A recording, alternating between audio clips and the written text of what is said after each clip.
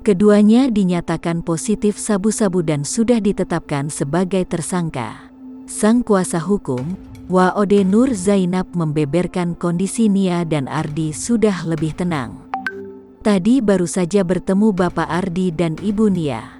Alhamdulillah beliau berdua sudah lebih tenang, dalam keadaan baik, ujar Waode Nur Zainab dikutip dari YouTube Kiai Haji Infotainment, Sabtu tanggal 10 Juli tahun 2021.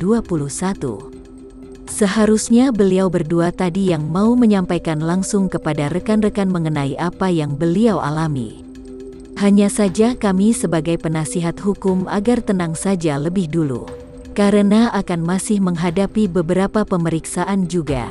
Tadi saya melihat betapa ada penyesalan mendalam dari Bapak Ardi dan Ibu Nia. Karena ada peristiwa ini beliau mengalami sampai di proses hukum.